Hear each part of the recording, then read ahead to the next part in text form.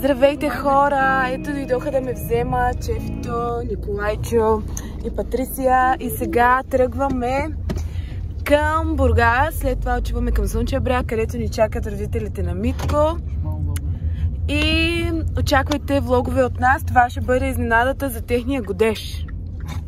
Здравейте, били приятели! Ние се включваме нашата малка бригада от Слънчев бряг. Започваме с приготовлението на нашата арка.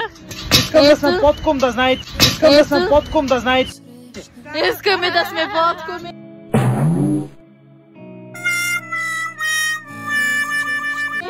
Ето, Свекито е развълнувана, вълнуваме се всички, пием кафенци. Ти какво ще кажеш? Нищо, чакам да стане 6 часа да й предложа да се тръгваме. Ето, Има такъв стих в Библията. малко апдейт. Нямаме търпение да посрещнем нашата снаха, да дойде от нашата къща. Много ти обичам, Цвети. Ето най-щастливата свекърва с децата. Как се чувстваш? Прекрасно и развълнувана съм. Я кръстницата, къде е кръстницата?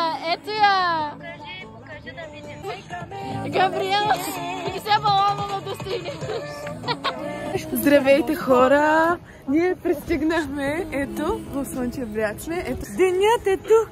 Денят е тук! Аз съм Габриел. И Габриел е тук. Кажи здравей на влогът, Габриел. Здравей, влог. Какво ще се случи след малко? Кажи нашите зрители. Митко ще падне и ще предложи. Ето, тук правят арката. За Ниньо? Браво! Ето хора, в процес сме на подготовка. Това е финалният резултат.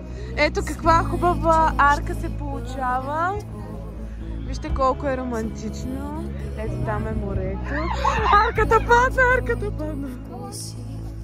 Арката падна, арката падна. Значи, искам моите приятели да видят какво правя за тях.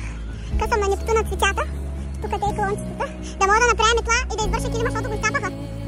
Разкарва се. И тя се мисли, че е в университета. Хора знаят, че Митко се учи да се разкарва, а пък Цветчето стои в колата, обърка всички планове, трябваше да стои на мола. Пък тя остана в колата, нахална. И сега чакаме Митко да се свърши изпита, чачу и с майка има ще дойде. Пожелавам им всичко най-хубаво, както слънцето огрява всеки ден, нека така да огрява и техния живот всеки ден. Да бъдат заедно много дълги години. Да се уважават, да се почитат, да се търпят. Така, какво ще каже Патрисия? Нямам търпение. Цвети да бъде да се зарадва на изненадата, която ти подготвихме.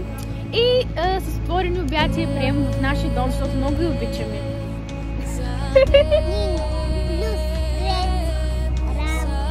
Много любов.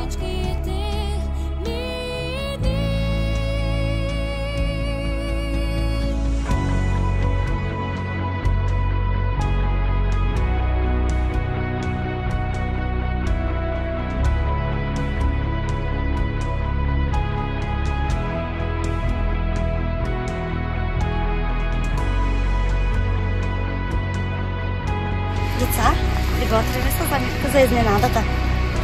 Вълнуваме се от 2 седмици насам. Най-щастливата майка съм, да ви кажа. Пожелавам на всеки да изпита моето щастие. Още не, но след малко.